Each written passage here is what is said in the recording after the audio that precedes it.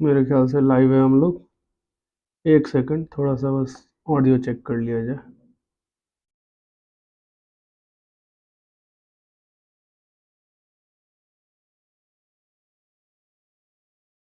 हम्म,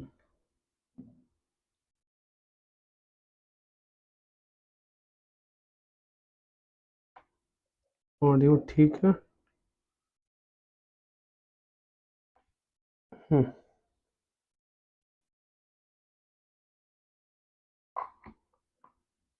चलिए। अब कल एक थोड़ा सा पॉइंट जो कल मेरे ख्याल से कैलकुलेटर काम ना कर रहा है, या मुझे नींद आ रहा हो, जो कारण हो। क्वेश्चन नंबर 11 का एक चीज देख लेते हैं। मेरे ख्याल से उसी पॉइंट पे आप लोग को भी कंफ्यूजन हुआ होगा कि सर ऐसे काहे कर रहे हैं।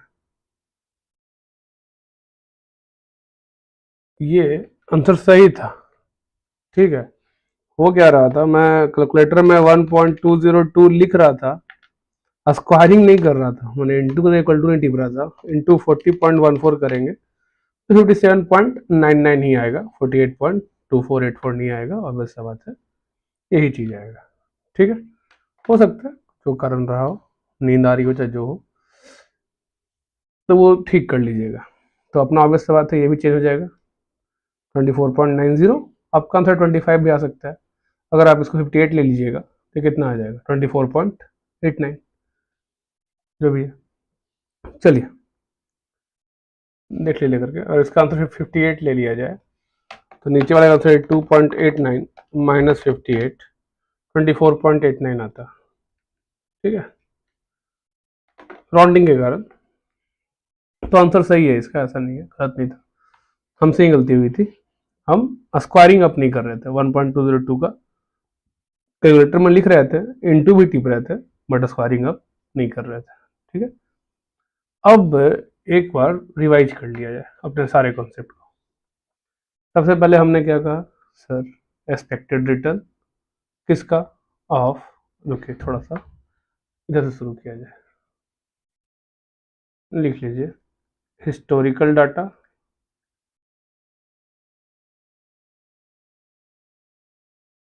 फ्यूचरिस्टिक डाटा, मतलब भविष्य का डाटा, प्रोबेबिलिटी वाला डाटा। सबसे पहले क्या आएगा,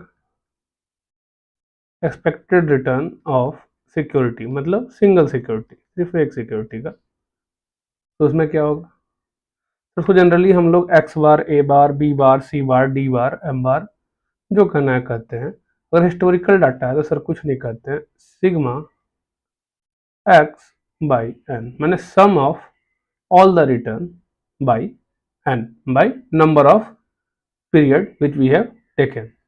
Okay, number of return which we have taken, कोई दिक्कत। तो ये हमें देता है एक्स बार, नो डाउट।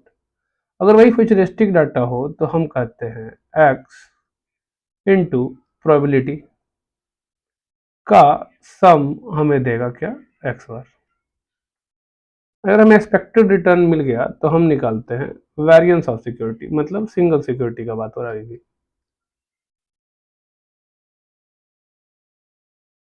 जब हम लोग वैल्यूज ऑफ सिक्योरिटी निकालते हैं तो उसका फॉर्मूला भी हिस्टोरिकल डाटा में क्या होता है, सम of x minus x bar का स्क्वायर बाई एन। एन क्या है, नंबर ऑफ डाटा, जितना भी डाटा हमने लिया उसका नंबर, 6 तो 6, 7 तो 7, 8 तो 8, 9 तो 9, 10 तो 10 डाटा। ठीक है।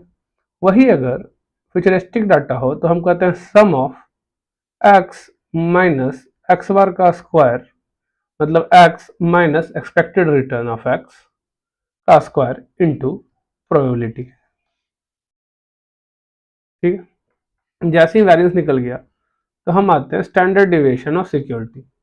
अब तक हमने जो भी बात किया वो सिंगल सिक्योरिटी पे बात किया, और किसके पॉइंट ऑफ व्यू को बात किया, ये भाई साहब थे मार्कोविच। हो सकता है स्पेलिंग गलत हो जाए लिखने में, बट ऐसा ही उनका नाम था, मार्कोविच, हेनरी मार्कोविच या हैरी मार्कोविच, ध्यान रखिएगा। एमसीक्यू आ जाता है कभी, हैरी मत था या हेनरी था, देख लीजिएगा, वैसे हैरी मार्कोविच थे। ठीक है, हैरी मार्कोविच ही थे उनका पूरा नाम। अब स्टैंडर्ड डिविजन सिक्योरिटी तो कुछ नहीं है सर, जो हमने वेरिएंस निकाला उसका अंडर रूट कर देंगे, और वही सेम फॉर्मूला यहाँ पर भी ऊपर जो निकला है उसका वेरिएंस ऑफ सिक्योरिटी का अंडर रूट कर देंगे। ये हो गया सिंगल सिक्योरिटी की कहानी खत्म। अब क्या बनेगा? अब बनेगा ब्रिज। ठीक है, और वो ब्रिज हमें क्या बताएगा? वो ब्रिज कौन है? वो ब्रिज है हमारा कोवेरियंस, और दूसरा ब्रिज कौन है हमारा? कोरिलेशन। लिख लीजिए, कोवेरियंस, कोरिलेशन। अभी जो कोवेरियंस और कोरिलेशन है ये दो सिक्योरिटी के बीच होता है। कितने सिक्योरिटी के बीच? दो सिक्योरिटी। ठीक है, मैंने कम से कम क्या, दो सिक्योरिटी के बीच ही होता है। कम से कम नहीं, दो ही सिक्योरिटी के बीच ही निकल सकता है क्या? कोवेरियंस और कोरिलेशन। कोवेरियंस का अगर हिस्टोरिकल डाटा दिया गया है तो उसका फॉर्मूला क्या था? क्योंकि दो सिक्योरिटी चाहिए तो हमें एक्स माइनस एक्स बार एक सिक्योरिटी का, दूसरा बाई माइनस बाई बार। अगर हिस्टोरिकल डाटा है तो इसका सम बाई एन, और अगर फ्यूचरिस्टिक डाटा है तो sum of x minus x bar y minus y bar into probability. Correlation क्या है? कोरिलेशन कुछ नहीं है सर। अगर दो सिक्योरिटी है एक्स वाई तो कोवेरियंस एक्स वाई हमने निकाल लिया है। अभी हमने क्या निकाला?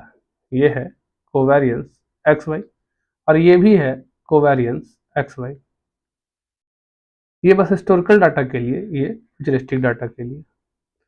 तो कोरिलेशन क्या होगा? Covariance x Y by deviation x deviation Y, deviation of X deviation of Y. अब ये आपको देगा कोरिलेशन एक्स वाई, जिसको हम लोग आर एक्स वाई कहते हैं, डिनोट करते हैं आर से कोरिलेशन को। और अगर फ्यूचरिस्टिक डाटा है तो भी फॉर्मूला सेम है, बस कोवेरियंस जो इस फॉर्मूला से निकला है उसका इस्तेमाल करेंगे। Covariance x Y by deviation x deviation Y, बस प्रोबेबिलिटी का यूज हुआ था तो अपना कोवेरियंस अलग आएगा, स्टैंडर्ड डिविएशन अलग आएगा। ठीक है, क्यों? ये प्रोबेबिलिटी का यूज हुआ था। Equals to are x Y. अब ये ब्रिज हमें कहाँ ले जाएगा? ये ब्रिज अब हमें पार कराएगा और ले जाएगा पोर्टफोलियो के पास। क्या समझे? अब वापस कहाँ से समझाऊं? यहाँ तक आ चुका हूँ, बैक करके देखना, वापस से समझा दूं। चलो ठीक है। सबसे पहले सिंगल सिक्योरिटी का बात आएगा, जिसमें एक्सपेक्टेड रिटर्न ऑफ सिक्योरिटी जो कि सिंपल था। अगर हिस्टोरिकल डाटा है तो सिग्मा एक्स मैंने सम ऑफ रिटर्न जो दिया गया है डिवाइड बाई एन मैंने नंबर ऑफ डाटा। अगर फ्यूचरिस्टिक डाटा है तो सम ऑफ क्या, सम ऑफ क्या, रिटर्न इनटू प्रोबेबिलिटी, इसका सम। कहानी खत्म। वेरिएंस का बात हो, सिंगल सिक्योरिटी का बात हो रहा है। अभी किसका बात हो रहा है? सिंगल सिक्योरिटी का बात हो रहा है। Historical data x minus x bar का स्क्वायर का sum divide by n, sum करने के बाद एन। पोर्टफोलियो से पहले वाला कोवेरियंस और कोरिलेशन। अच्छा ठीक है, पोर्टफोलियो तक आने से पहले आ जाओ। तो दो सिक्योरिटी का हमने क्या निकाला? कोवेरियंस और कोरिलेशन हमेशा दो सिक्योरिटी के बीच होता है। ठीक है, ये ब्रिज पहला सिक्योरिटी का हमने सब कुछ निकाल लिया, सिंगल सिक्योरिटी का। सिंगल सिक्योरिटी के बीच में बनता है ब्रिज, और वो ब्रिज हमें देता है कोवेरियंस और कोरिलेशन का फॉर्मूला। क्यों? ताकि हम लोग पोर्टफोलियो का एक्सपेक्टेड रिटर्न, पोर्टफोलियो का वेरिएंस, पोर्टफोलियो का स्टैंडर्ड डेविएशन निकाल सके।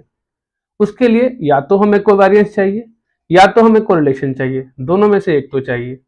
अगर दोनों में से कोई भी एक अवेलेबल होगा तभी हम निकाल पाएंगे क्या, पोर्टफोलियो का रिस्क, मतलब पोर्टफोलियो का वेरिएंस। तो पोर्टफोलियो का वेरिएंस निकालने के लिए इन दोनों में से एक चाहिए मुझे। क्यों चाहिए आगे समझेंगे। कोवेरियंस का फॉर्मूला सिंपल है।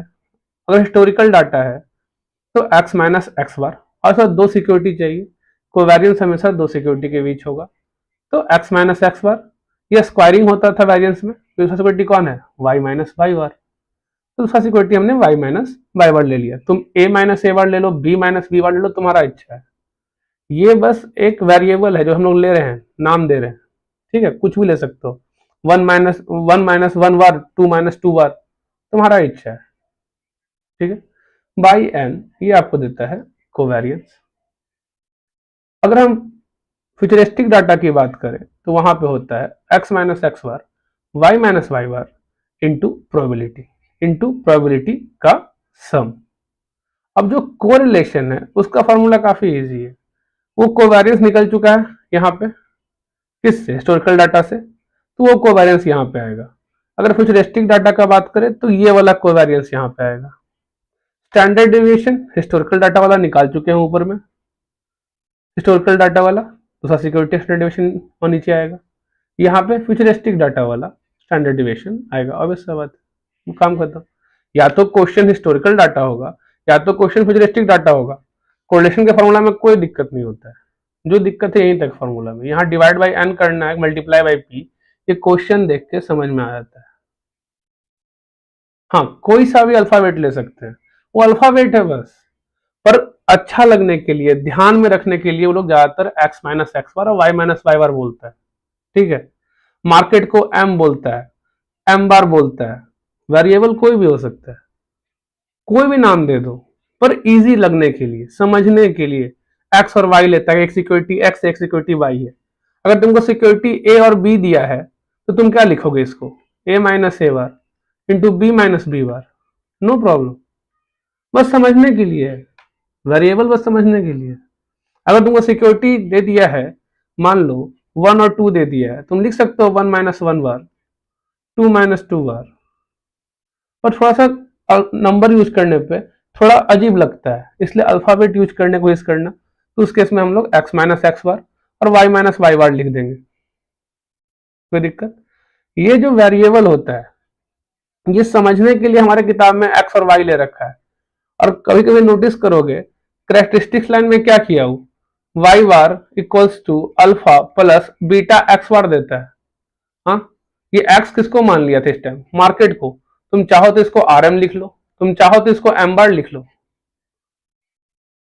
अब क्योंकि आईसीआई जनरली इसको यूज करता है, तो हम लोगों को लगता है कि एक्स और वाई होना, एक्स और वाई कुछ नहीं है, दो सिक्योरिटी के बीच का रिटर्न जो था, मान लो उसका एक्सपेक्टेड रिटर्न एक सिक्योरिटी का 10 आया, ठीक है, और सर्टेन पीरियड है उसमें से एक रिटर्न 12% है, तो 12 माइनस 10, तो 12 माइनस 10 को प्रेजेंट करने के लिए वो एक्स माइनस एक्स बार बोल रहा है, और क्या बोल रहा है। तो वेरिएबल तो कोई भी ले सकते हो, a minus a bar, b minus b bar, c minus c bar, it's your choice.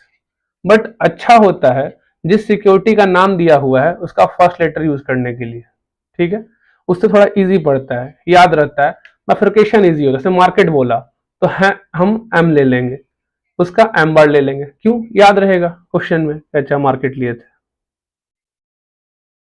Formula revise क्यों करना है, फॉर्मूला आपके माइंड में अपने आप चला जाता है सारा, फॉर्मूला रिवाइज करना है इसको, बताओ तो यार क्या फॉर्मूला था यहाँ पे, कोई फॉर्मूला था, हिस्टोरिकल डाटा था, डिवाइड बाई एन जोड़ करके, फ्यूचरिस्टिक डाटा था, मल्टीप्लाई बाय प्रोबेबिलिटी जोड़ दो, वेरिएंस सर एक्स बार निकाल लिए थे, एक्स माइनस एक्स बार का square by n, x minus x bar का स्क्वायर इंटू पी। अब यही इससे याद रखना है हमको कोवेरियंस का formula, sir x minus x bar का स्क्वायर था, कोवेरियंस में सर दो ठो होता है, तो सर एगो तो एक्स माइनस एक्स बार आ गया, तो सर यहाँ स्क्वायर था, हाँ स्क्वायर था, तो सर यहाँ स्क्वायर करने के लिए सर दूसरा सिक्योरिटी है ना, तो वाई माइनस वाई बार ले लिया हमने। याद क्या करना है, अगर वेरिएंस का फॉर्मूला याद है तो कोवेरियंस का फॉर्मूला वहीं से दिख रहा है हमको कि स्क्वायरिंग चाहिए ऊपर में हमको, लेकिन दो सिक्योरिटी है, तो एक को एक्स माइनस एक्स बार, एक को वाई माइनस वाई बार। नहीं लग रहा है, अगर ये भी एक्स माइनस एक्स बार ही होता तो नहीं लग रहा है कि एक्स माइनस एक्स बार का स्क्वायर होता कि नहीं। और छोड़ो, याद आया कोई चीज, एक चीज जो कल पढ़ा था हमने, क्या पढ़ा था, कोवेरियंस ए अगर लिखा हो तो उसका मतलब होता है वेरिएंस ऑफ सिक्योरिटी है, याद आया। अब खुद देखो, अगर मैं इसको x माइनस एक्स बार या a माइनस ए बार ले लूं और इसको भी a माइनस ए बार ले लूं, तो क्या तुमको दिख नहीं रहा कि अगर कोवेरियंस एक सिक्योरिटी का अपने ही साथ निकाले तो वो क्या है, वेरिएंस ऑफ मार्केट है। लेकिन दो सिक्योरिटी का बात किया ए और बी, तो वेरिएंस ऑफ ए तो नहीं कर सकते ना, तो हम क्या किए, ए माइनस ए बार और बी माइनस बी बार। तो कोवेरियंस का फॉर्मूला तो सिंपली टर्म में देखो तो वेरिएंस का फॉर्मूला है। कोवेरियंस का फॉर्मूला किसका फॉर्मूला है, वेरिएंस का ही फॉर्मूला है। अगर सेम सिक्योरिटी के साथ निकाले तो कोवेरियंस इक्वल टू वेरिएंस। अगर covariance of security A with a कहे तो वेरिएंस ऑफ सिक्योरिटी ए, तो वेरिएंस ऑफ सिक्योरिटी ए से आप क्या कर सकते हो, कोवेरियंस का फॉर्मूला। लेकिन दो सिक्योरिटी के बीच अगर कह दे हम covariance of security A with B, तो सर यहां तो वेरिएंस ऑफ सिक्योरिटी ए था, जहां सर हम लोग ए माइनस ए बार का स्क्वायर बाई एन या ए माइनस ए बार का स्क्वायर इंटू पी कर रहे थे। यहाँ पे क्या कर लेंगे, कुछ नहीं सर, ए माइनस ए बार एक सिक्योरिटी के लिए हो गया, दूसरा बी है सर, तो बी माइनस बी बार। अब एन होगा कि इंटू पी होगा, ये तो डिपेंड करता है कि फॉर्मूला प्रोबेबिलिटी का है कि मतलब क्वेश्चन प्रोबेबिलिटी का है कि क्वेश्चन हिस्टोरिकल डाटा का है। तो कोवेरियंस का फॉर्मूला तो वेरिएंस पे डिपेंड करता है। अब कोरिलेशन क्या, कुछ नहीं सर, कोवेरियंस निकाल ही लिए हैं। Covariance x Y by variance division X by division Y. Covariance x Y तो मुझे इसका डिविजन चाहिए होगा, तो डिविजन एक्स डिविजन वाई। ठीक है, चलिए अब आते हैं पोर्टफोलियो पे। अब पोर्टफोलियो में क्या होता है सर, पोर्टफोलियो का भी एक्सपेक्टेड रिटर्न होगा, होगा कि नहीं होगा। तो एक्सपेक्टेड रिटर्न ऑफ अगर पोर्टफोलियो का बात करें तो उसमें क्या होगा बताइए। सर कुछ नहीं, वहां तो अलग अलग सिक्योरिटी होगा, हाँ अलग अलग सिक्योरिटी होगा। अगर सर अलग अलग सिक्योरिटी है तो जनरली आपको दो या तीन सिक्योरिटी का बात करता है, 2 and 3। ठीक है, या तो दो सिक्योरिटी देगा या तीन सिक्योरिटी देगा। तो अगर उसके एक्सपेक्टेड रिटर्न का बात कर रहा है, ज्यादा भी दे सकता है, पर अगर साथ में रिस्क का क्वेश्चन है, रिस्क ऑफ पोर्टफोलियो निकालने का क्वेश्चन है, तो आपको दो या तीन ही देगा वो। ठीक है, तो अगर दो दिया या तीन भी दिया तो सिंपल है सर, सम करना है। सम करना है काची का, सर वेट जो है हर सिक्योरिटी में जो इन्वेस्ट है, मान लेते हैं हमारे पास दो सिक्योरिटी था ए और बी, इसमें इन्वेस्ट था 0.20, मतलब जो भी पैसा था उसका 20% ए में इन्वेस्ट था और 80% बी में इन्वेस्ट था। ए का रिटर्न मान लेते हैं 10% था, बी का रिटर्न मान लेते हैं 5% था। तो एक्सपेक्टेड रिटर्न क्या होगा, तो हम simply sir weight into return. Sir ये तो 2% हो गया और ये सर 4% हो गया, तो हमारा एक्सपेक्टेड रिटर्न 6% होगा। तो उसी को कहता है weight sum of weight, weight माने वजन कितना है एक का। ठीक है, weight multiply by expected return of security, तो weight multiply by x bar, weight multiply by x bar, ध्यान रखना एक्सपेक्टेड रिटर्न ऑफ सिक्योरिटी। ठीक है, तो weight multiply by x bar. कोई दिक्कत। अगर हम बात करें वेरिएंस ऑफ पोर्टफोलियो की,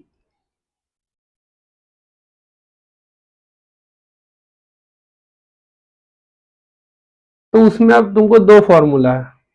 ठीक है, और दोनों फॉर्मूला एक दूसरे से मिला जुला है। कैसे सर, अभी ऊपर तुमने कोरिलेशन कोफिशिएंट निकाला है, अगर कोरिलेशन कोफिशिएंट को ध्यान से देखो तो उससे कोवेरियंस निकल सकता है। कैसे सर, हम कह सकते हैं covariance x y equals to correlation coefficient x y into deviation x into deviation y. ये तो मैथ है ना। अगर covariance x Y by deviation x deviation y equal to are x Y, तो covariance x y equal to correlation coefficient of x y into deviation x into deviation y. तो अब इसी चीज को यहां पे वो पुट करेगा और वेरिएंस ऑफ पोर्टफोलियो निकालेगा। कैसे निकालेगा सर, कुछ नहीं, पहला करेगा weight of security a into standard deviation of security a का होल स्क्वायर। अब आपको जो किताब में दिया गया है वो है वेट का square into variance of security है। ये क्या है, वेरिएंस ऑफ सिक्योरिटी है। अगर हमको वेरिएंस ऑफ सिक्योरिटी दिया हुआ है तब तो ये काम नहीं करेगा, अगर हमको स्टैंडर्ड डिविएशन ऑफ सिक्योरिटी दिया गया है तभी ये काम करेगा। ठीक है, मैंने ये वाला काम करेगा। अगर हमको वेरिएंस ऑफ सिक्योरिटी दे दिया है तब तुमको वेट का स्क्वायर करके बस मल्टीप्लाई कर देना है। ठीक है, ये वेरिएंस ऑफ सिक्योरिटी है क्या है? तो स्टैंडर्ड डेविएशन का स्क्वायर है, स्टैंडर्ड डेविएशन का स्क्वायर है। उसके बाद दूसरा security W B deviation B का होल स्क्वायर। अब इसको हम लोग कह सकते हैं सर, हमारे बुक में दिया गया है डब्ल्यू बी का square into variance of security B, variance of security B. आगे बढ़ते हैं। उसके बाद कुछ नहीं करना है, two W A W B deviation B into R A B, जगह नहीं बचा, आर ए बी। ठीक है, यहां भी सेम चीज है, two A W B into deviation B R A B, माने कोरिलेशन कोफिशिएंट ए बी। अब इस फॉर्मूला को, ये दोनों एक ही फॉर्मूला है, बस लिखने का तरीका अलग अलग है। ठीक है, इस फॉर्मूला में आपको बताया गया था अगर परफेक्टली कोरिलेटेड है, मतलब आपका कोरिलेशन कोएफिशिएंट अगर 1 है, तो ये formula W A into deviation A W B into deviation B का होल स्क्वायर बन जाता है। अगर नेगेटिवली -1 है कोरिलेशन कोएफिशिएंट, तो ये तो बस पुट करना है, मत याद करो ना यार, -1 + 1 पुट कर देना उसी टाइम, अपने आप दे देगा आंसर वो। ठीक है, अब इसी को हम लोग ऐसे भी लिख सकते हैं, सेकंड वाले को ही बोल रहा हूं बस, डब्ल्यू ए का स्क्वायर इंटू डिविएशन ए का स्क्वायर डब्ल्यू बी का स्क्वायर इंटू डिविएशन बी का स्क्वायर। ठीक है, प्लस 2 डब्ल्यू बी, और इस वाले पार्ट को हम लोग कोवेरियंस ए बी कर सकते हैं, तो ये भी एक फॉर्मूला है, समझ में आ गया। अब इसी में अगर 3 सिक्योरिटी हो, ये तो बात हो गया 2 सिक्योरिटी का, इसी में अगर 3 सिक्योरिटी हो तो क्या करोगे? कुछ नहीं सर, यही फॉर्मूला रहेगा sir, W A deviation A का whole square plus W B deviation B का whole square plus W C deviation C का whole square, 3 security, plus 2 W A W B इन दोनों के बीच का covariance plus 2 W B W C इन दोनों के बीच का कोवेरियंस। क्यों? क्योंकि 6 कोवेरियंस बन सकता है, मतलब 3 ही बनेगा, 6 पॉसिबिलिटी है, ए का बी के साथ, बी का ए के साथ, बी का सी के साथ, सी का बी के साथ, और बेसिकली बन रहा है 3। ठीक है, वो मैट्रिक्स में 6 बनाता है लेकिन बन रहा है 3 ही कॉम्बिनेशन, ए का बी के साथ, बी का सी के साथ और ए का बी के साथ, माने ए का सी के साथ, तो W A W C covariance A C. तो जितना क्वेश्चन बनाओगे ना उतना फार्मूला क्लियर रहता है, नहीं बनाओगे क्वेश्चन, फार्मूला रटना नहीं है, कहीं भी क्वेश्चन बनाओ, फार्मूला अपने आप क्लियर हो जाता है। ठीक है, तो ये हो गया अपना मार्कोविच भाई साहब का कहानी खत्म। यहाँ पे मार्कोविच भाई साहब अपना बोरिया बिस्तर बंद कर लिए समझा करके, क्या समझे। अब आए सार्क भाई साहब। अब सार्क भाई साहब को आंसर निकालने के लिए एक और चीज चाहिए था, तो उन्होंने बनाया फिर से ब्रिज, और वो ब्रिज बना बीटा। कौन बना? बीटा। ये बीटा है वो ब्रिज जो हमको सार्क भाई साहब के पास ले गया। ठीक है,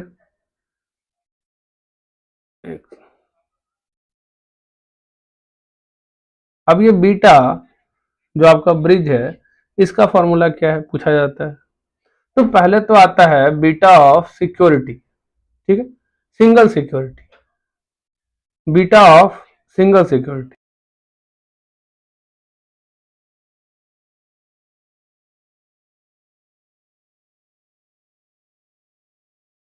बीटा ऑफ सिंगल सिक्योरिटी का बात करते हैं पहली बार, मैंने एक सिक्योरिटी का बीटा कैसे निकाले। ठीक है, क्या समझे? I am coming. अब बीटा निकालने का आपको तरीका दिया गया, थोड़ा सा रुक जाइएगा।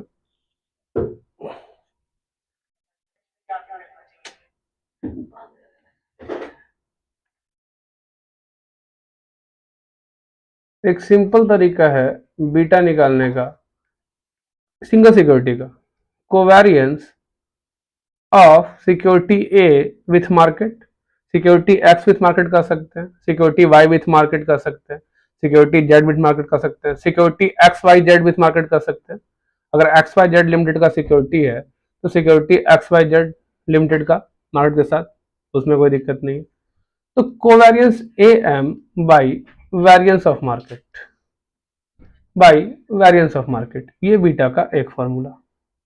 अब आइए इसी फॉर्मूला को आगे तोड़ेंगे तो हम कह सकते हैं कोवेरियंस अभी हमने सर पढ़ा था और हमने देखा था sir deviation A deviation M into correlation coefficient between market and security, ये भी कह सकते हैं कोवेरियंस को। कोवेरियंस को हम लोग ये कह सकते हैं और ये होगा आपका सर वेरियंस ऑफ मार्केट। तो क्या ये कट गया कि नहीं कट गया? तो सर एक और फॉर्मूला मिला, correlation coefficient of security with market into standard deviation of security into standard deviation of market. तो बीटा का आपको दो फॉर्मूला मिला, ठीक है। कहां से मिला? मेन फॉर्मूला यही था, इससे ही डिराइव हुआ आपका ये सेकंड फॉर्मूला, ठीक है। इसी से डिराइव हुआ आपका ये सेकंड फॉर्मूला। कोई दिक्कत? अब शार्प भाई साहब ने बीटा निकाला क्यों, सवाल आता है। तो उनका कहना था ठीक, बीटा निकाल लिया उन्होंने। उनका कहना था कि जो आपका टोटल रिस्क है ना, टोटल रिस्क मतलब वेरिएंस ऑफ सिक्योरिटी, किसके हिसाब से? मार्कोविच भाई साहब के हिसाब से ही बोला गया। मार्कोविच भाई साहब के हिसाब से, जो भी स्पेलिंग हो स्पेलिंग का नाम का, मार्कोविच भाई साहब के हिसाब से टोटल रिस्क मतलब वेरिएंस ऑफ सिक्योरिटी है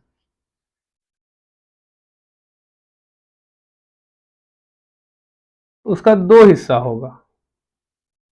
उन्होंने कहा एक हिस्सा कहलाएगा सिस्टमैटिक रिस्क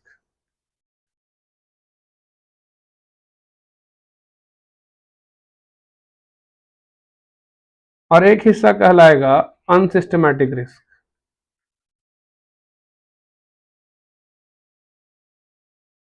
और अभी उन्हें सिंगल सिक्योरिटी का ही बात किया है अब तक, ठीक है। अब तक वो लोग systematic risk unsystematic risk single security पे, ठीक है, किसका? सिंगल सिक्योरिटी का ही बात कर रहे हैं, क्योंकि बीटा भी उन्होंने अभी तक सिंगल सिक्योरिटी का ही निकाला है, ठीक है। तो सिस्टमैटिक रिस्क के लिए उन्होंने कहा कुछ नहीं, जो आपका बीटा है सिक्योरिटी ए का उसका स्क्वायर कर दीजिए इनटू वेरिएंस ऑफ मार्केट। तो हम कह सकते हैं अगर हमको स्टैंडर्ड डिविएशन ऑफ मार्केट दिया गया है तो beta into standard deviation of market का होल स्क्वायर, ये भी कह सकते हैं, ठीक है। अनसिस्टमैटिक रिस्क के लिए उन्होंने कहा जो आपने टोटल रिस्क निकाला, मैंने जो वेरिएंस निकाला टोटल रिस्क, उसमें माइनस कर दीजिए सिस्टमैटिक रिस्क को,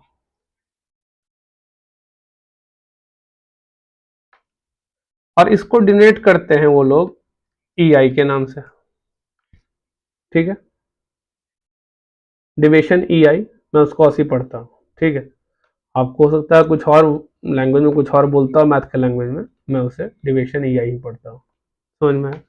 ये उसको डिनोट करने का तरीका किताब यूज करता है। ये सिंगल सिक्योरिटी का बात हो गया। और जब सिंगल सिक्योरिटी का बात हो गया तब सवाल आया कि पोर्टफोलियो का क्या होगा, क्या समझा? जब पोर्टफोलियो पे बात आया तो फिर साफ साहब ने कहा अगर पोर्टफोलियो का रिस्क निकालना, मतलब एक्सपेक्टेड रिटर्न में तो कोई चेंज नहीं है दोनों जगह पे, एक्सपेक्टेड रिटर्न दोनों जगह सेम तरीके से निकलता है, ठीक है। तो उन्होंने कहा सबसे पहले बीटा ऑफ पोर्टफोलियो निकालो, और पोर्टफोलियो का बात कर रहे हो तो बीटा ऑफ पोर्टफोलियो निकालो। तो बीटा ऑफ पोर्टफोलियो के लिए कुछ नहीं, वही सिंपल फॉर्मूला है सिग्मा माने sum of weight into beta of security, ठीक है, weight into beta of security. और मैं इसके लिए और इजी चीज का यूज करता हूँ, वो आगे सीखेंगे जब आएगा, तो आगे एक और सिंपल तरीका है एग्जाम में निकालने का कि बीटा क्या होगा सिक्योरिटी का वेट निकाले बिना, ठीक है, हम चाहें तो वेट निकाल सकते हैं कि हर सिक्योरिटी का वेट कितना है। अगर मेरे पास 10 लाख रुपया है, सिक्योरिटी ए में कितना इन्वेस्ट किया, सिक्योरिटी बी में कितना इन्वेस्ट, सिक्योरिटी सी, सिक्योरिटी डी, सिक्योरिटी ई में कितना इन्वेस्ट किया, यूज कर सकते हैं। ठीक है, लेकिन ज़्यादा इजी क्या पड़ता है, आगे सीखेंगे जब वो सॉल्विंग के टाइम सीखेंगे। वही फार्मूला के लिए यही फार्मूला है। ठीक है, weight into beta of security, इससे हमें मिलेगा क्या, बीटा पी माने बीटा ऑफ पोर्टफोलियो। जैसे ही बीटा ऑफ पोर्टफोलियो मिल गया तो बस अपने आप अब रिस्क का जो बात है वो अपने आप क्लियर हो जाएगा। कैसे, सिस्टमैटिक रिस्क का बात करें तो क्लियरली कहा था बीटा का स्क्वायर कर दो इनटू वेरिएंस ऑफ मार्केट, तो बीटा पी का square into variance of market. अगर हमको स्टैंडर्ड डिविएशन दिया गया है मार्केट का तो beta P into standard deviation of market का स्क्वायर, होल स्क्वायर। तो अनसिस्टमैटिक रिस्क क्या होगा, तो अनसिस्टमैटिक रिस्क में अब दो चीज आता है, ध्यान रखना। अनसिस्टमैटिक रिस्क में दो चीज आता है, दो चीज क्या आता है, अगर हमें अनसिस्टमैटिक रिस्क में वेरिएंस पता है पोर्टफोलियो का, किस फॉर्मूला से, मार्कोविच भाई साहब के हिसाब से। ठीक है, अगर वेरिएंस ऑफ पोर्टफोलियो हमने मार्कोविच भाई साहब के हिसाब से निकाल लिया है तो उसमें बस माइनस कर देंगे अभी जो हमने सिस्टमैटिक रिस्क निकाला है।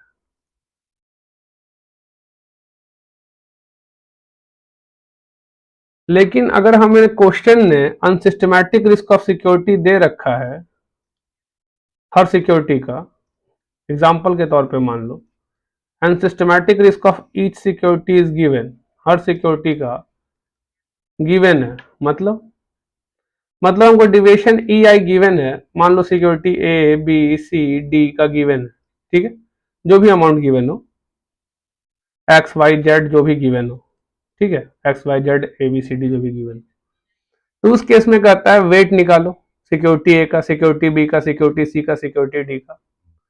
तो उस केस में कुछ नहीं है, उस केस में वही फॉर्मूला है जो आपका बीटा का फॉर्मूला है, बस sum of weight into beta की जगह क्या हो जाएगा, sum of weight into unsystematic risk square, whole square. या फिर अगर ई आई का होल स्क्वायर दिया हुआ है तो उस केस में तो वेट का स्क्वायर इंटू डिविएशन ई आई का स्क्वायर। समझ में, तो एकदम बीटा वाला फॉर्मूला है। ठीक है, बस स्क्वायर हो जाएगा, स्क्वायर हो जाएगा, ध्यान रखना स्क्वायरिंग अप हो जाएगा। समझ गए, ये कहानी यहां तक हो गया खत्म, सर भाई साहब का भी कहानी हो गया खत्म। अब आते हैं CAPM जो आपका फाइनल ब्रीच है। CAPM क्या बोला, कैपिटल एसेट प्राइसिंग मेथड। ये ब्रिज आपको कहां ले जाएगा, आर्बिट्राज प्राइसिंग थ्योरी की तरफ। अब ये आर्बिट्राज प्राइसिंग थ्योरी क्या है, सवाल आता है, तो आओ समझेंगे। CAPM खाली एक फैक्टर को मानता है, वो क्या है, मार्केट प्रीमियम, रिस्क प्रीमियम इसको नाम देता है, मार्केट रिस्क प्रीमियम कह सकते हैं, रिस्क प्रीमियम कह सकते हैं, मार्केट प्रीमियम कह सकते हैं, अलग अलग नाम, तीनों नाम उसी के हैं। ठीक है, market premium, risk premium, market risk premium, तीनों नाम उसी का है।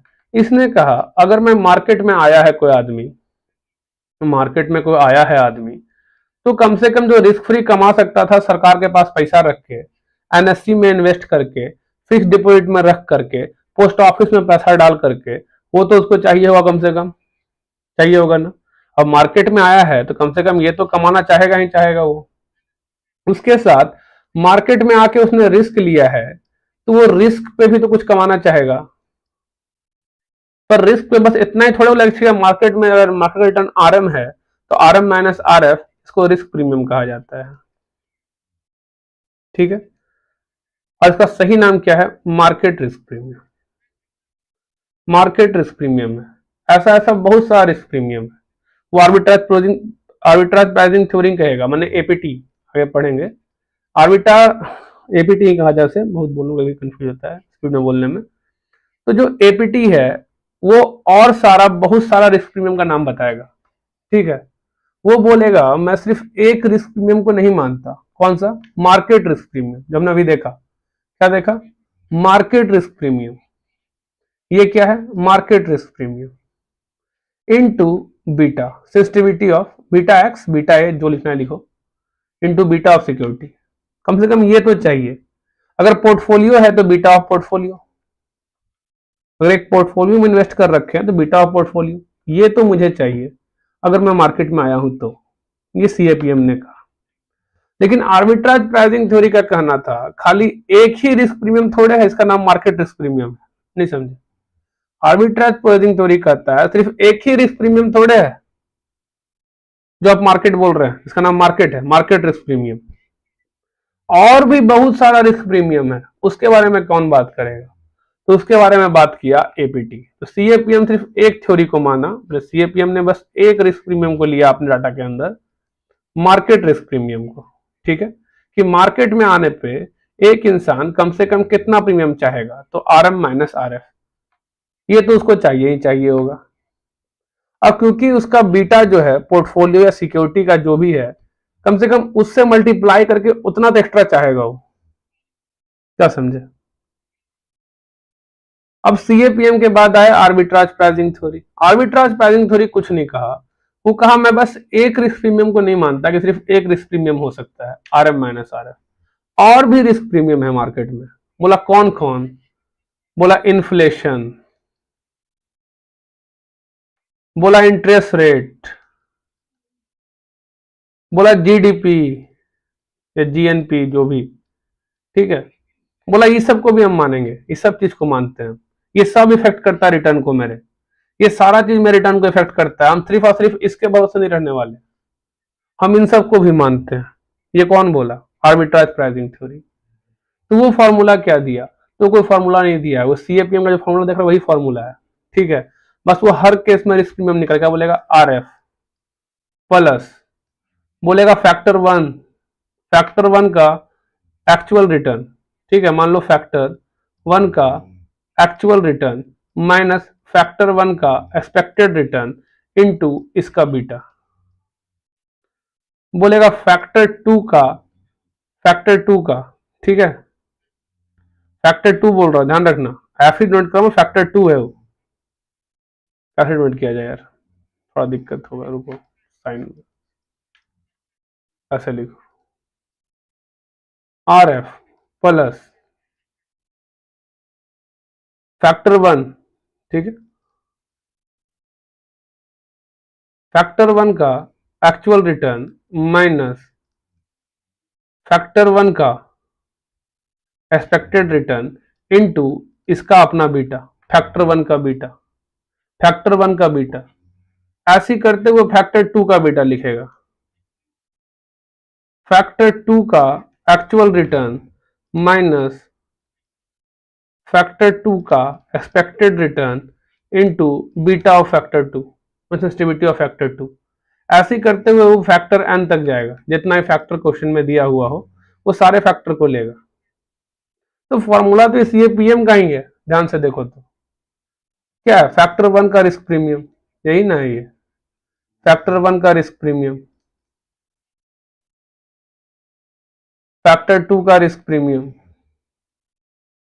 फैक्टर थ्री का रिस्क प्रीमियम, फैक्टर एन का रिस्क प्रीमियम, काम खत्म, इंटू बीटा, फैक्टर वन का risk premium into beta, factor two का रिस्क प्रीमियम इंटू बीटा। क्या समझे? तो ये आर्बिट्राज प्राइसिंग थ्योरी था, सीएपीएम के ही बेस पे आर्बिट्राज प्राइसिंग थ्योरी था। वो सिर्फ मार्केट रिस्क प्रीमियम को नहीं मानता, वो बोलता है और भी फैक्टर है मार्केट में जो मैं रिटर्न को इफेक्ट कर सकते हैं। समझ गए? अब इसके लिए हम लोग देखेंगे, समझने के लिए एपीटी के लिए question number 38। Question number 38 book में खोल लीजिए। क्या अब तक की कहानी आपको अच्छी लगी? जरूर बताइएगा। ठीक है।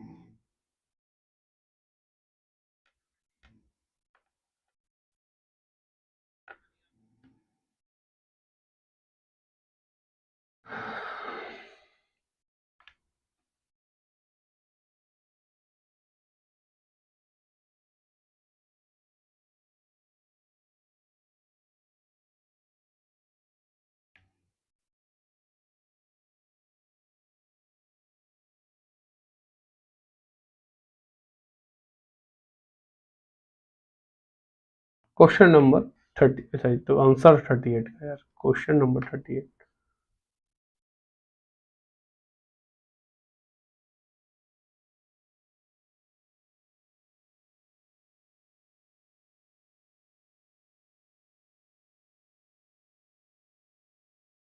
क्वेश्चन नंबर 38 देख रहे हैं, नंबर ऑफ फैक्टर है। वो बोला बस मार्केट रिस्क प्रीमियम पे मुझे भरोसा नहीं है, वो तो एक फैक्टर है ही है, पर और भी फैक्टर है मेरा कहना है।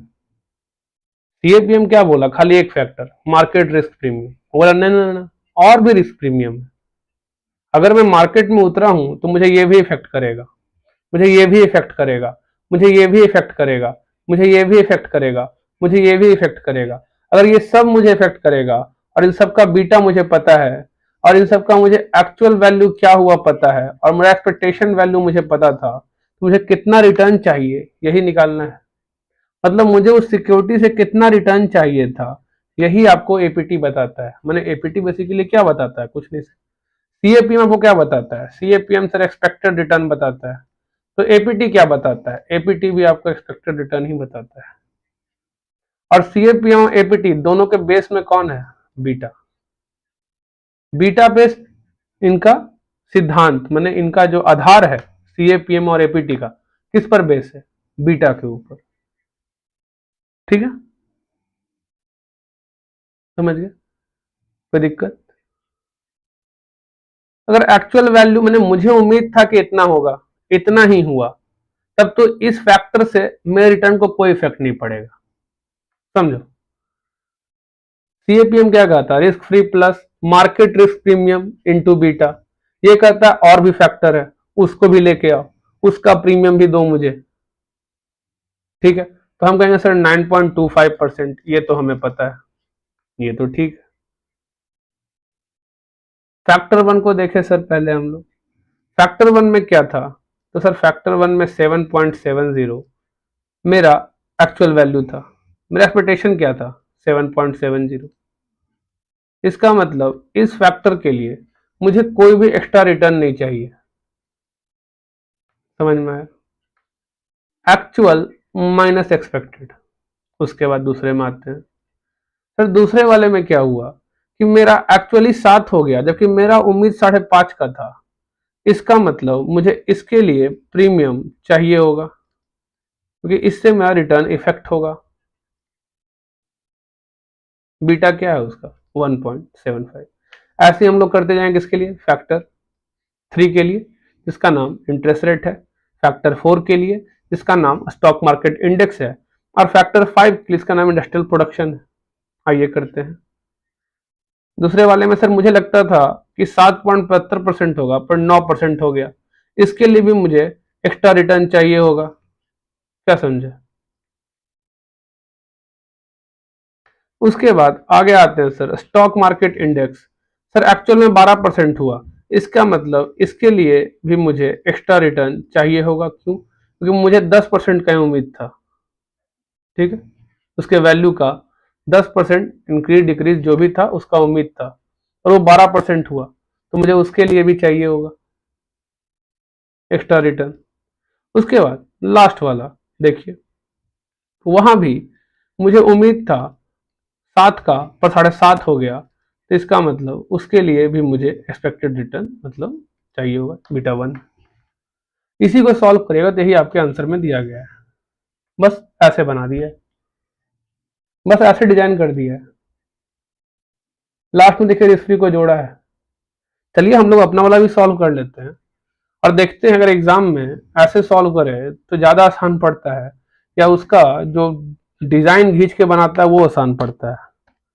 तो 9.25% प्लस 7.70 माइनस 7.70, तो इसका जीरो ही हो गया,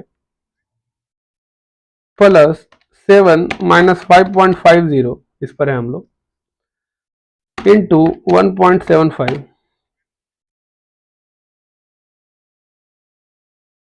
ठीक है, 9 - 7.75 इंटू 1.30।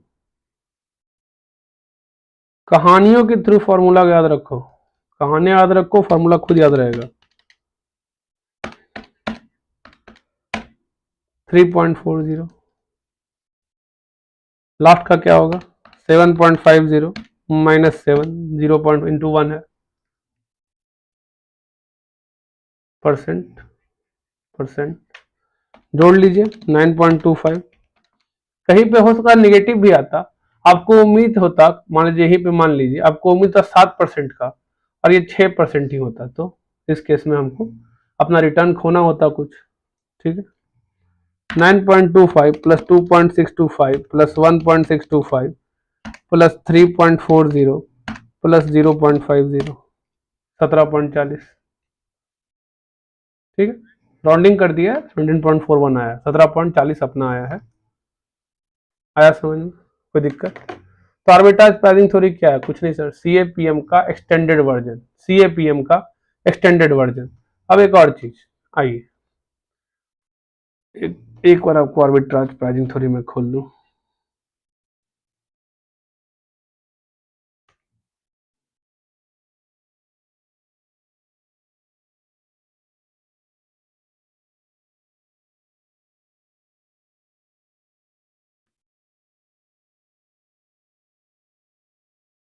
एक चीज आपको बताना है, मिल जाए तो ना, कहाँ चल रहा है यार।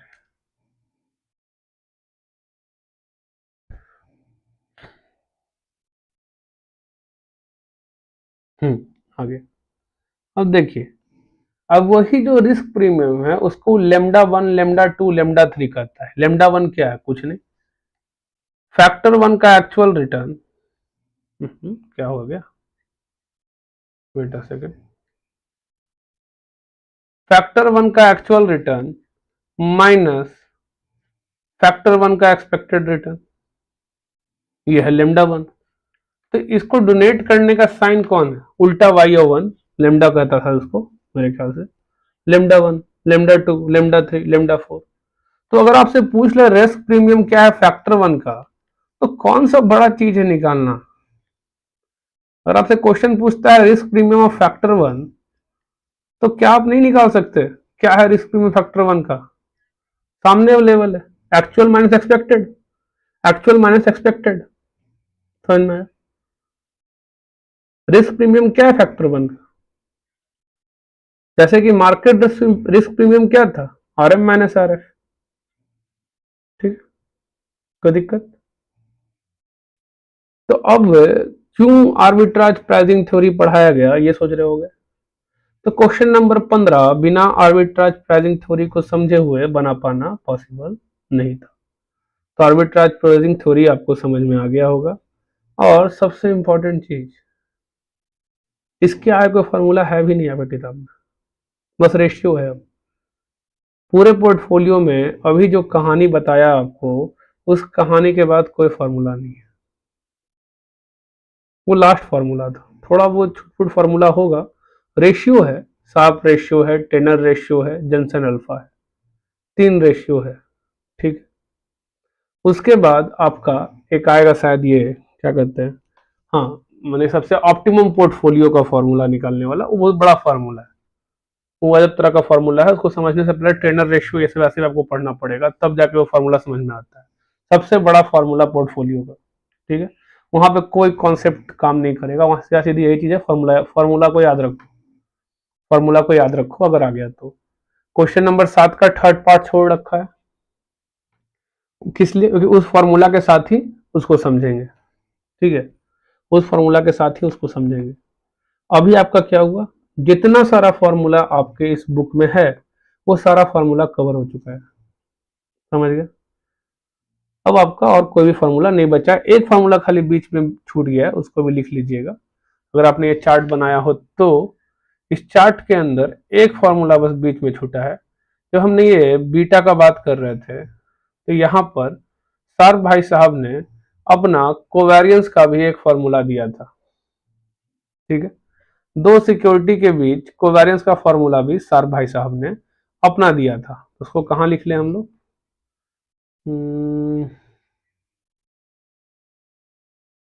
यही लिख लेते हैं लास्टली, एपीटी के पहले। सार्क भाई साहब ने कोवेरियंस का भी एक फार्मूला दिया था। अगर दो सिक्योरिटी के बीच कोवेरियंस निकालना है तो उन्होंने कहा बीटा ए ले लो, beta of security a, beta of security b into variance of market. ठीक है, ये उन्होंने कोवेरियंस का एक और फॉर्मूला आपको दिया था, सिंपल फॉर्मूला। अगर दो सिक्योरिटी का बीटा पता है, मार्केट का स्टैंडर्ड डिविएशन या वेरियंस पता है, तो हम कोवेरियंस निकाल सकते हैं। ठीक है, दो सिक्योरिटी के बीच। कोई प्रॉब्लम? चलिए,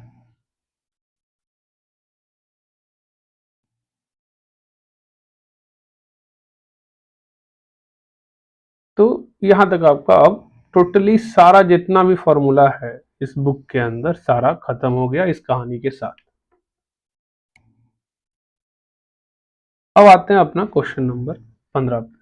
और लगता है काफी लंबा क्लास फार्मूला पे ही हो गया मेरे ख्याल से। फिर भी कुछ क्वेश्चन सॉल्व कर लेते हैं, उसके बाद हम लोग अपना बाइंड अप कर लेंगे आज के लिए।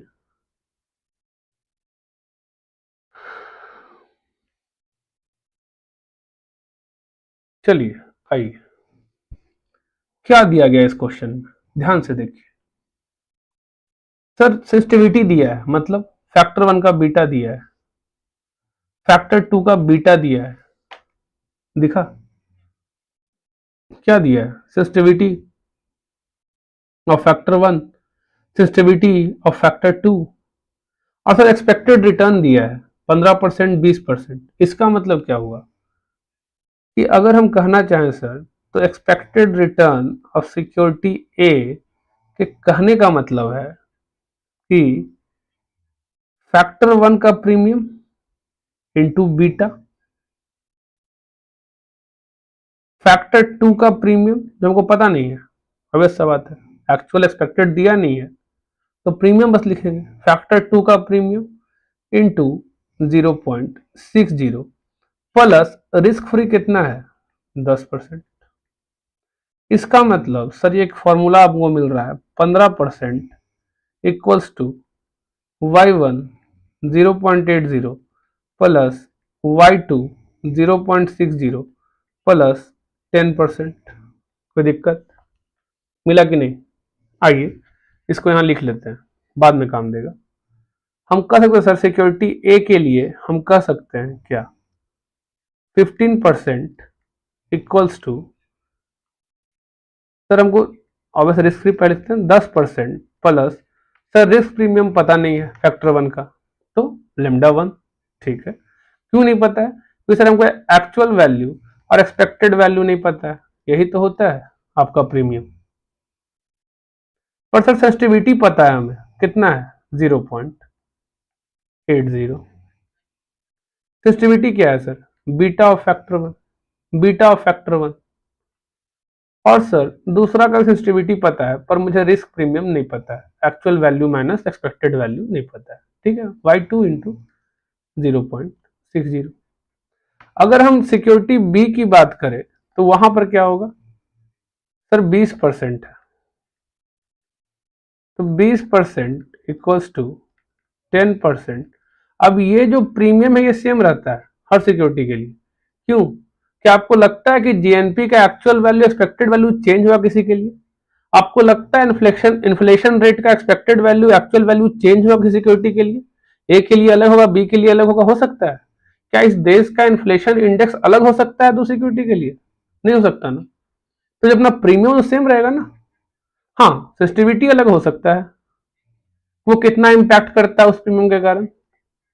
सेंसिटिविटी क्या बोलता है कि अगर वहां पे 2% चेंज हुआ तो आपका सिक्योरिटी में कितना परसेंट का चेंज होगा, मल्टीप्लाई बाय डेट। जैसे जब मार्केट को लेते थे तो क्या कहते थे, बीटा आर। अगर मार्केट में 1% चेंज हुआ और बीटा अगर 2 है तो सिक्योरिटी में 2% चेंज होगा। अगर बीटा -2 है तो मार्केट में अगर 1% अपवर्ड चेंज हुआ तो सिक्योरिटी में -2% डाउनवर्ड चेंज होगा। तो बीटा तो अलग होगा सिक्योरिटी का, ऑब्वियस सा बात है। फैक्टर 1 के प्रीमियम के लिए बीटा अलग हो सकता है, लेकिन फैक्टर 1 का जो प्रीमियम है वो तो सेम रहेगा ना। सीएपीएम में आरएम माइनस आरएफ तो हर सिक्योरिटी के लिए सेम ही था, अलग क्या था, बीटा अलग था हर सिक्योरिटी का, तब ना अलग रिटर्न देता था वो।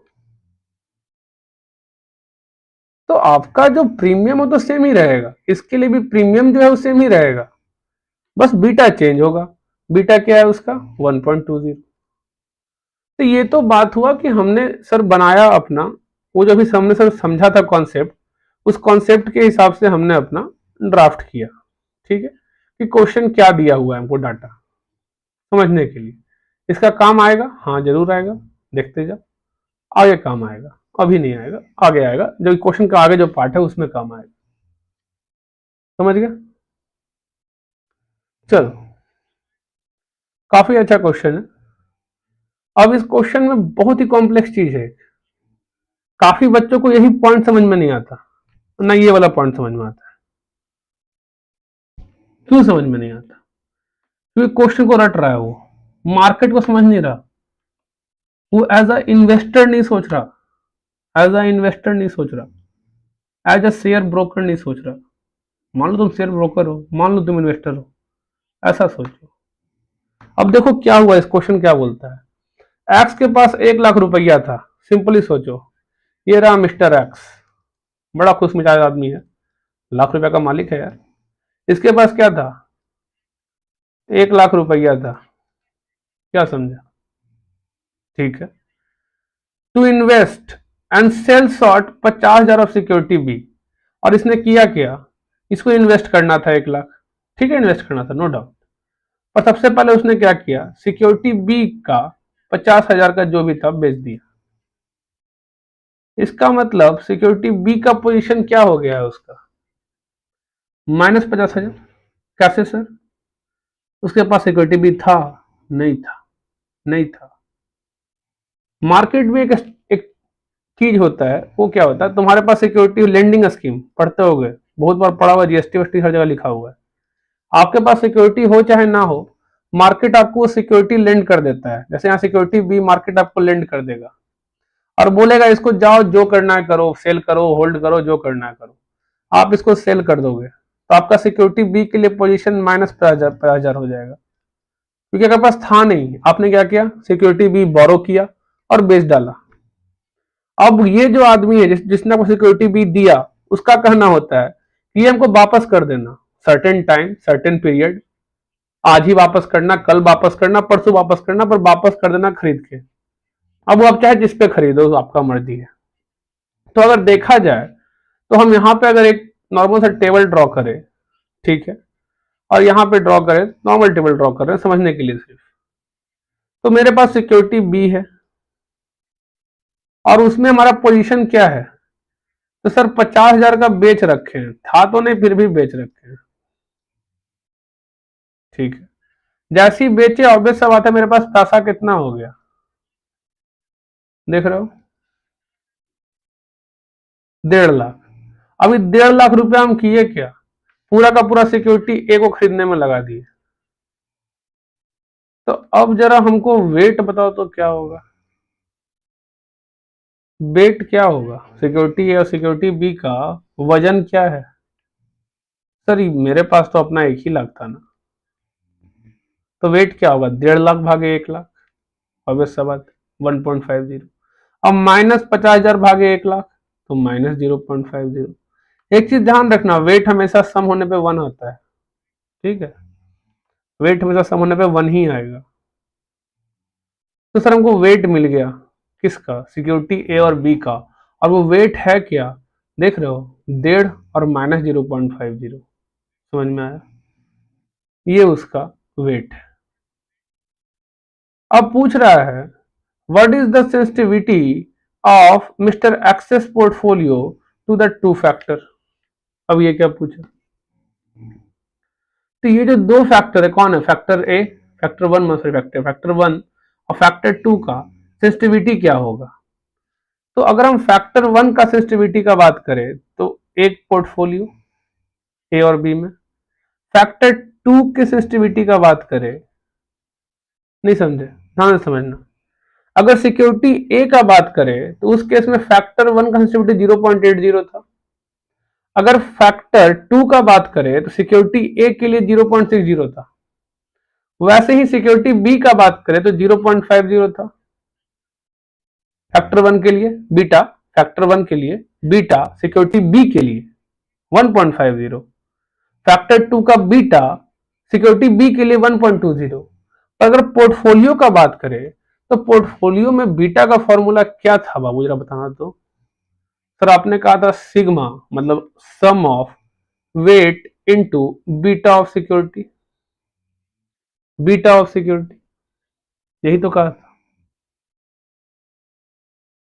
तो वेट क्या है जरा ध्यान से देखो तो, 1.50 0.50 माने प्लस 1.50 माइनस 0.50। तो अगर हम बात करें बीटा ऑफ फैक्टर 1, आप पोर्टफोलियो क्या बात कर रहे हैं ध्यान देना, सिक्योरिटी ए के लिए बीटा 1 का क्या दिया हुआ है, सिक्योरिटी बी के लिए बीटा 1 क्या दिया हुआ है, लेकिन बीटा ऑफ फैक्टर 1 अगर आपको निकालना हो पोर्टफोलियो के लिए तो क्या होगा, वेट क्या है सर, ए का 1.50, 1.50 के लिए सर फैक्टर 1 का, देखो फैक्टर 1 का बीटा क्या है जरा बताओ, 0.80। फैक्टर 1 का बीटा सिक्योरिटी बी के लिए इस वेट के लिए कितना है सर, 1.50। अगर हम फैक्टर 2 का बात करें तो सिक्योरिटी ए के लिए कितना है 0.60 और बी के लिए कितना है फैक्टर 2 1.20। तो अगर पोर्टफोलियो का बीटा फैक्टर 1 के लिए निकालना हो फैक्टर 2 के लिए निकालना हो तो क्या होगा, नहीं समझे। हमें पहले क्या देता था, खाली बीटा ऑफ 1 फैक्टर देता था, ठीक है, बीटा ऑफ 1 फैक्टर, यहां बीटा ऑफ 2 फैक्टर है। एक फैक्टर 1 है, कुछ भी हो, जीएनपी हो, इन्फ्लेशन हो, स्टॉक इंडेक्स हो, जो भी हो, और एक फैक्टर 2 है, वेट हमको पता है, तो फैक्टर 1 के लिए बीटा क्या है, फैक्टर 2 1 के लिए बीटा क्या है। तो अगर पोर्टफोलियो का पॉइंट ऑफ व्यू बेचा तो कुछ नहीं सर, 1.50 इंटू 0.80 प्लस माइनस 0.50 है सर, इंटू 1.50 था ना, हाँ 1.50, क्या समझे। वैसे ही हम बोले beta of factor 2 for portfolio, security नहीं फॉर पोर्टफोलियो, तो क्या होगा, तो सर वेट है 1.50 सिक्योरिटी एक, और उसके लिए तो 0.60 है फैक्टर 2, और ये सर माइनस 0.50 है, और इसके लिए फैक्टर 2 क्या है 1.20। आया समझ में, निकाल लो क्या होगा, यहां भी निकाल लो,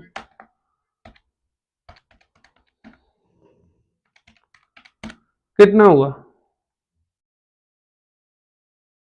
और ये 1.50 इंटू 0.5, ये प्लस नहीं माइनस होगा, ऑब्वियस सा बात है, नेगेटिव है, तो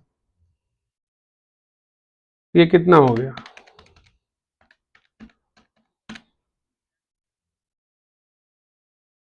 फैक्टर 1 0.45,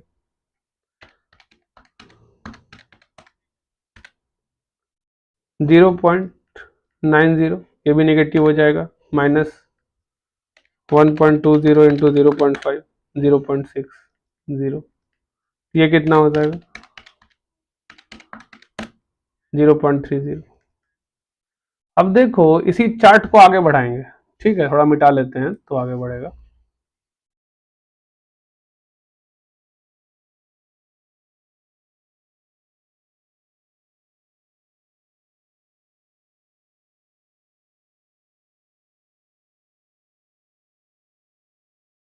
मिट गया, ठीक है। अब एक चीज ध्यान रखना, रिस्क फ्री सिक्योरिटी के लिए बीटा हमेशा 0 होता है, चाहे फैक्टर 1 हो 2 हो, चाहे मार्केट खुद का है ना, बीटा क्या होता है 0। यहां पर लिखो पोर्टफोलियो, पोर्टफोलियो के लिए फैक्टर 1 का बीटा कितना है 0.45, ऐसा समझ। पोर्टफोलियो के लिए फैक्टर 2 का बीटा कितना है 0.30। तो एक्सपेक्टेड रिटर्न कितना होगा जरा बता तो सर हमको y1 y2 तो पता ही नहीं है, तो कैसे बताएंगे? अगर y1 y2 पता होता सर तो हम करते 10% plus y1 into 0.45 plus lambda 2 into 0.30। ये लेमडा 1 और लेमडा 2 कैसे निकलेगा आगे निकालेंगे। समझ में आया? ये समझ में आया कैसे गया चार्ट के अंदर, कैसे आया? यही चीज तुमसे पूछ रहा था निकालने के लिए कि पोर्टफोलियो के लिए फैक्टर 1 का क्या होगा, फैक्टर 2 का क्या होगा। तो क्या होगा? कुछ नहीं। वेट क्या है सिक्योरिटी ए का, सिक्योरिटी बी का। फैक्टर 1 में ये है सिक्योरिटी ए के लिए, सिक्योरिटी बी के लिए। वेट हमको पता चल गया तो पोर्टफोलियो को तो सिंपली कहा गया है, क्या कहा गया है? Wait into beta, wait into beta, portfolio beta निकल जाएगा। पहले हम लोग खाली एक ही बीटा समझते थे, नहीं समझे, तो वहां पे वेट इंटू बीटा करते थे। यहाँ दो बीटा है, काम खत्म। तो दोनों बीटा निकालना है पोर्टफोलियो के लिए। पहले हम लोग खाली सिंगल बीटा क्वेश्चन देख रहे थे, सिंगल बीटा। यहाँ पे दो बीटा है, एगो फैक्टर 1 का बीटा, एगो फैक्टर 2 का बीटा। तो जब फैक्टर 1 और फैक्टर 2 जब दो को बीटा है तो कुछ नहीं करना है सर। वेट क्या है तो 1.50, वेट क्या है -0.50। तो फैक्टर 1 का बीटा पोर्टफोलियो के लिए क्या हो जाएगा, फैक्टर 2 का बीटा पोर्टफोलियो के लिए क्या हो जाएगा, काम खत्म। अब इसी का क्वेश्चन नंबर जो सेकंड है वो कुछ नहीं है। वो क्या बोला कि मिस्टर एक्स 1 लाख रुपया और बोरो कर लेगा, कहां से? रिस्क फ्री रेट से, और इन्वेस्ट कर देगा उस 1 लाख को फिर सिक्योरिटी और ए और बी में इक्वल प्रोपोर्शन में, जैसा पार्ट 1 में किया था आपने। तो पार्ट 1 में जो प्रोपोर्शन था वो तो ये था 1.50 इज टू -0.50। तो इस प्रोपोर्शन में इन्वेस्ट करेगा, हाँ इस प्रोपोर्शन में इन्वेस्ट करेगा। किसको? 1 लाख को, 1 लाख को, क्या समझे? 1 लाख को। तो अगर अब हम बात करें,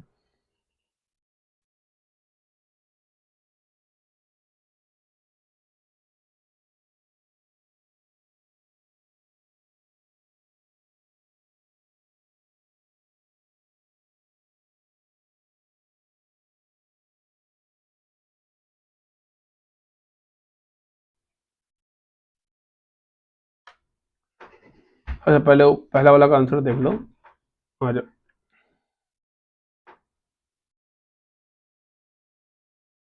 देखो जितना खुद से सॉल्व करोगे ना उतना अच्छा रहेगा, ठीक है। मैं कितना भी यहाँ बैठ के सॉल्व कर दूं, जब तक खुद से अपने माइंड को रन नहीं करोगे नहीं समझ में आएगा। 0.45, 0.30, कोई दिक्कत? अब क्या करना है सर? हमको नया पोर्टफोलियो बनाना है फिर से, सेकंड पार्ट के हिसाब से। तो चलिए नया पोर्टफोलियो बनाते हैं। जो नया पोर्टफोलियो बनाना है उसमें क्या बोला, कुछ नहीं सर। ये लाइन खींच लेते हैं पहले। अब सर पहले से मेरे पास ए था और बी था, अब रिस्क फ्री भी आ गया। सर ए का पोजीशन कितना था? 1.5 लाख। इसका पोजीशन कितना था? -50,000। ठीक है। अब मिस्टर जो भी था वो, उसने क्या किया? 1 लाख रुपया रिस्क फ्री से बोरो किया। जब 1 लाख यहां से बोरो किया, फिर सर बोरो हुआ तो -1 लाख हो गया। और ये 1 लाख बोरो करके क्या किया? इसको इस रेशियो में इन्वेस्ट किया, इस 1 लाख को। मतलब 1 लाख का पोजीशन क्या हो गया? नेगेटिव हो गया ना, बोरो किया, देना तो होगा ना, नहीं समझे? ये देखो -1 लाख क्यों है? अरे बोरो किया ना। जब जैसे यहाँ पे सेल किया था तो क्या था? Negative position. यहाँ बोरो किया तो नेगेटिव पोजीशन, उसके पास 2.5 लाख गया, नहीं समझे? ये जो इंसान था इसके पास पहले 1 लाख था, ठीक है। फिर इसके पास इसने 50,000 का बेच के 50,000 ले आया अपने पास। अब उसके बाद 1 लाख रुपया और बोरो कर लिया।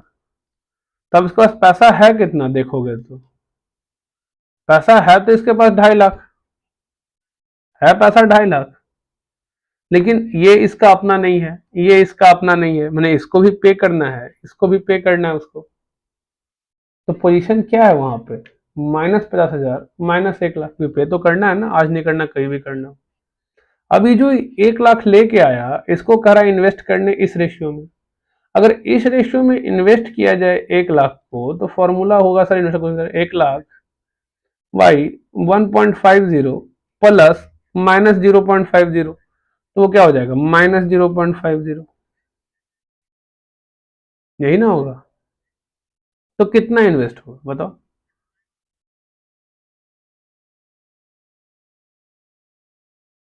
इंटू 1.50 कौन करेगा? रेशियो याद है ना? रेशियो भूल गए? रेशियो याद है ना? अगर 1 लाख को इस रेशियो में बांटना, किस रेशियो में? 1.50 इस टू -0.50 के रेशियो में, तो 1.50 प्लस -0.5 लीजिए तो 1 हो जाएगा। क्लियर है? मल्टीप्लाई बाय 1.50, तो ऊपर कितना रुपया इन्वेस्ट प्लस हो गया सर? 1.5 लाख। पर पैसा इतना था कहाँ मेरे पास सर? 1 लाख तो मांग के लाए थे। नीचे वाला का निकालो ना कितना होगा सर, वहां भी तो 1 लाख ही लगाना है ना, 1 लाख में लगाना है। रेशियो कौन सा है सर? ये तो 1 है, ऊपर क्या है -0.50। मतलब फिर से यहाँ से 50,000 बोरो करेगा, हाँ फिर बोरो करेगा, यहाँ से जो फिर से बोरो करेगा फिर यहाँ इन्वेस्ट करेगा। तो अब जब पोजीशन देखोगे तो तुमको दिख रहा होगा कि टोटल अमाउंट इन्वेस्टेड कितना कितना है। तो सर यहाँ पे तो दिख रहा है कि 3 लाख है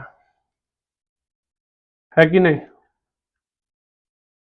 और यहाँ पे क्या हो गया सर? यहाँ पे -1 लाख हो गया, और यहाँ पे -1 लाख। क्या समझे?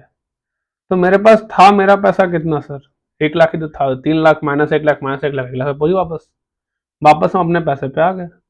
तो रेशियो क्या है, मैंने वेट क्या है? तो 3 लाख बाई 1 लाख करोगे तो ये होगा 3, ये होगा -1, ये -1, 1, ये वेट है उसका। मैंने 3:-1:-1 काम करता हूँ। अगर ये वेट है तो सर पोर्टफोलियो बन चुका है हमारा 3:-1:-1। तब अगर फैक्टर 1 का पूछ रहा है बीटा क्या होगा पोर्टफोलियो के लिए, फैक्टर 1 का, फैक्टर 1 बीटा फॉर पोर्टफोलियो, तो सर वो तो वेट मल्टीप्लाई बाय बीटा है। तो पहला का वेट तो सर 3 है, बीटा कितना है?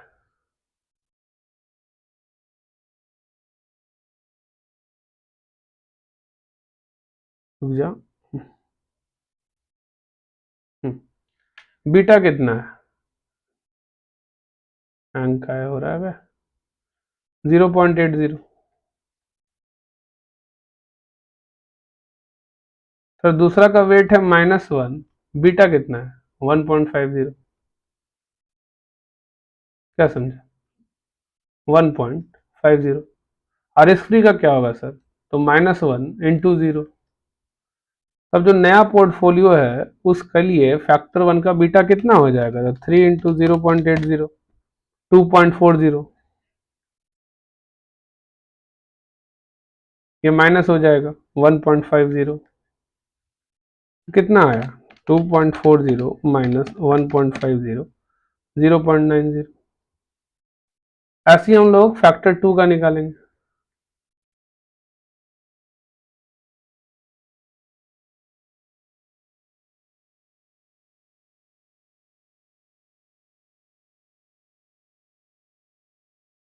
वेट कितना है सर? 3। बीटा क्या है उसके लिए? 0.60। वेट कितना है? -1 इंटू 1.20।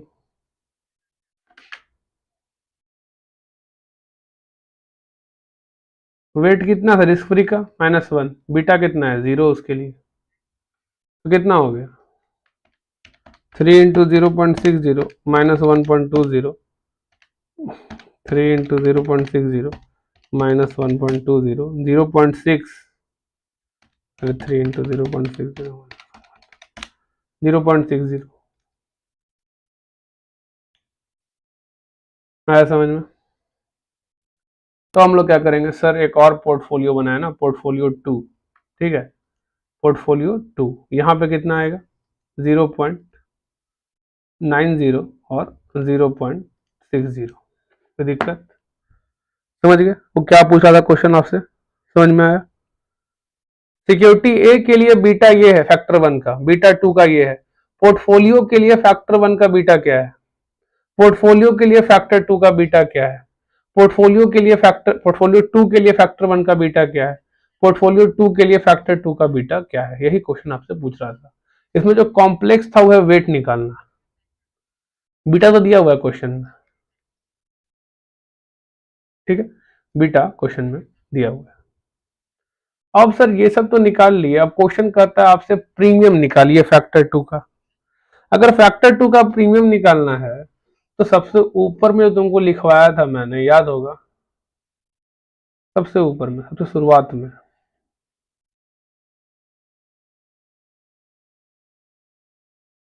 सबसे शुरुआत में कुछ इस तरह का चीज मैंने तुम्हें लिखवाया था ना। इसी से निकल जाएगा हमारा फैक्टर 2 का क्या होगा। ये आपका इक्वेशन 1, ये आपका इक्वेशन 2। अब आपको भी पता है इसमें से एक फैक्टर को एलिमिनेट करना है। अगर दो वेरिएबल है, कौन है, ये वेरिएबल है, ये वेरिएबल है, दो वेरिएबल है ना। इसको अगर तुम x मान लो, इसको y मान लो, इसको x मान लो, इसको y मान लो, कितना है, दो वेरिएबल है। अगर दो वेरिएबल है तो एक वेरिएबल को गायब करना होगा, तब तो निकलेगा दूसरा वेरिएबल का आंसर। तो अगर एक वेरिएबल को गायब करना है तो क्या करेंगे, सिंपल सर, इसको पूरे को मल्टीप्लाई कर देते हैं 1.50 से, अगर y1 को गायब करना है तो इसको मल्टीप्लाई कर देते हैं सर 0.80 से, मल्टीप्लाई कर दिया इसको 0.8 इसको 1.50 से, तो ये अपना फिर माइनस करेंगे तो एलिमिनेट हो जाएगा। ये तरीका है। या फिर यहां से हम निकाल ले कि y2 का क्या फॉर्मूला है, तो थोड़ा कॉम्प्लेक्स होता है, तो हम लोग क्या यूज करेंगे, ये वाला, ठीक है। हाँ देखो कैसा हो, थोड़ा हैंग करने लगा है, ये क्या हैंग कर रहा है यार।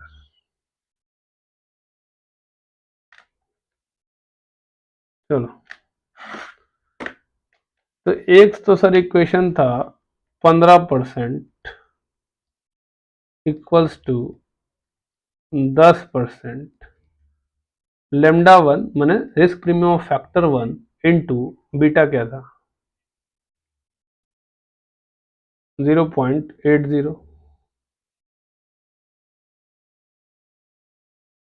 दूसरा था sir risk premium of factor 2 into 0.60, किसका निकाल रहे हैं, सिक्योरिटी ए का।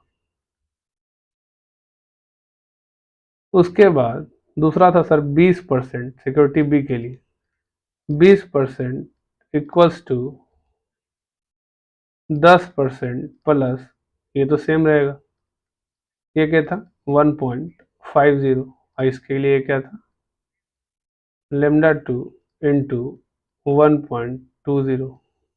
अब किसको निकालना ज़्यादा इजी रहेगा, मेरे ख्याल से इसको, इसी को इग्नोर, लेमडा 2 को गायब कर देते हैं, ठीक है। लेमडा 1 निकालना इजी है, एक ही मल्टीप्लिकेशन में निकल जाएगा। कैसे, ऊपर पूरे को 2 से मल्टीप्लाई कर दो, इसको भी और इसको भी 2 से मल्टीप्लाई कर दो, देखो क्या होगा। तो ये हो जाएगा 30%,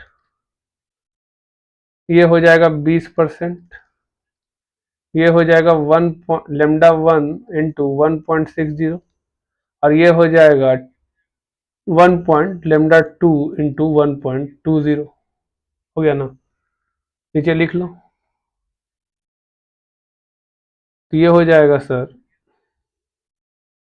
30% equals to 20% plus lambda 1 into 1.60 plus lambda 2 into 1.20। अगर इसको हम माइनस कर दे, इसके साथ माइनस कर दे, इसको इसके साथ करो या इसको इसके साथ करो, कोई दिक्कत नहीं है, ये कट जाएगा। ये क्या हो जाएगा सर, ये हो जाएगा आपका -10%। अब ये तो भाई फाउंडेशन में पढ़ा था, अब ये बेसिक तो भी नहीं पढ़ा सकता मैं तुमको कैसे सॉल्व हो रहा है, ये फाउंडेशन का मैथ्स है, इतना याद रखना चाहिए आपको। ये भी -10%, ये क्या हो जाएगा, ये भी माइनस 0.10 लेमडा वन, ठीक है।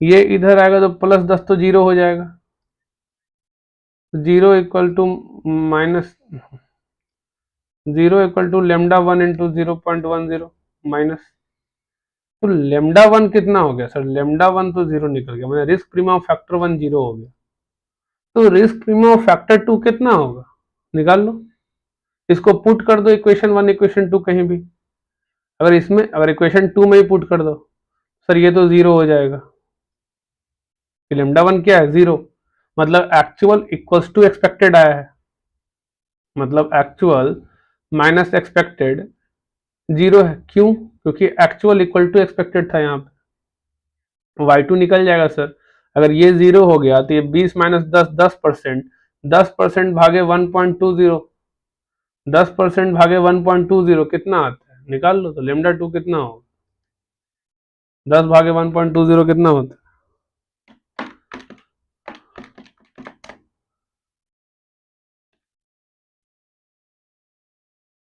नहीं समझा, लेमडा वन कितना आया, जीरो, तो लेमडा टू चलो निकाल ही लो पूरा, ठीक से निकाल लो, पुट करो इक्वेशन वन में या टू में, चलो वन में ही पुट कर लेते हैं, ठीक है, अगर वन में पुट करें तो 15% था, इक्वल्स टू 10%, लेमडा वन कितना था, जीरो, इनटू कितना था बीटा उसका 0.80 plus lambda two into 0 point कितना था 60 था ना,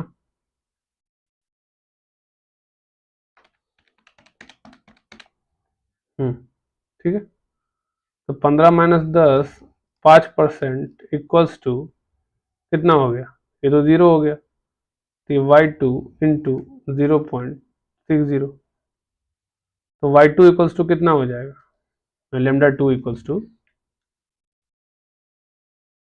5 भागे 0.60 8.33%, समझ में आया, 8.33%, देख लो कितना निकाला, हाँ 8.33 और लेमडा वन जीरो, अब ये निकाल लिया तो चलो इसके आगे चलते हैं थोड़ा सा, और एक और काम करते हैं हम लोग, पोर्टफोलियो का 0.45 या 0.30 था सर, लेमडा वन तो जीरो है तो जीरो हो जाएगा, लेमडा टू सर 8.33 है तो 8.33 इंटू 0.30 प्लस 10%, तो पोर्टफोलियो का रिटर्न कितना आएगा सर, 12.5% यहाँ पे आएगा, अगर निकालना होता क्वेश्चन आगे तो, लेकिन बीटा तो पता चल ही गया, और लेमडा वन लेमडा टू ही पता चल गया, अगर बीटा पता चल ही गया पोर्टफोलियो का, लेमडा वन लेमडा टू पता चल ही गया, तो क्या एपीटी थ्योरी को पुट करके पोर्टफोलियो का भी तो निकाल सकते हैं ना सर,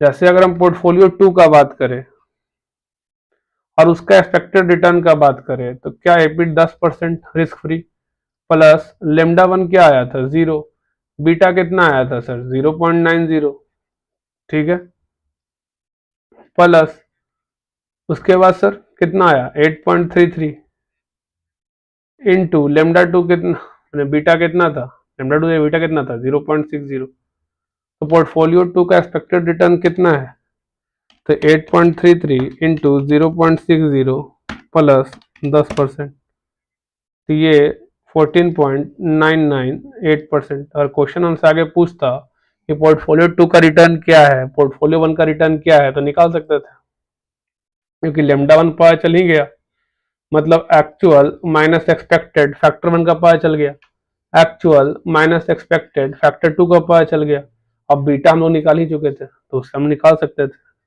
ठीक है, तो आज के लिए इतना ही, और बहुत ज़्यादा लेट भी हो गया है,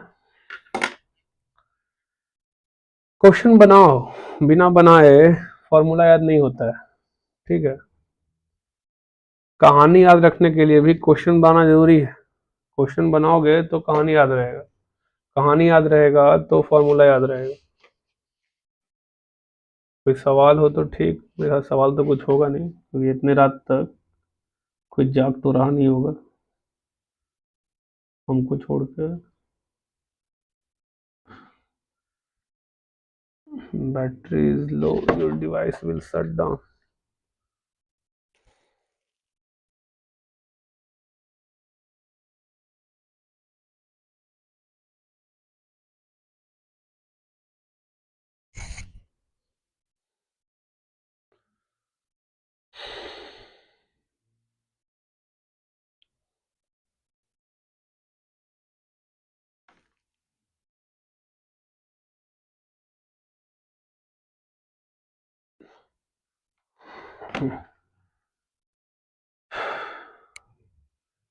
जितना ज़्यादा क्वेश्चन बनाओगे उतना फार्मूला तुमको याद रहेगा। कोई सवाल हो किसी के पास तो पूछ लो, कुछ देर रुकेंगे ऐसे भी, एज अ कस्टम, जो ट्रेडिशन है रुकने का।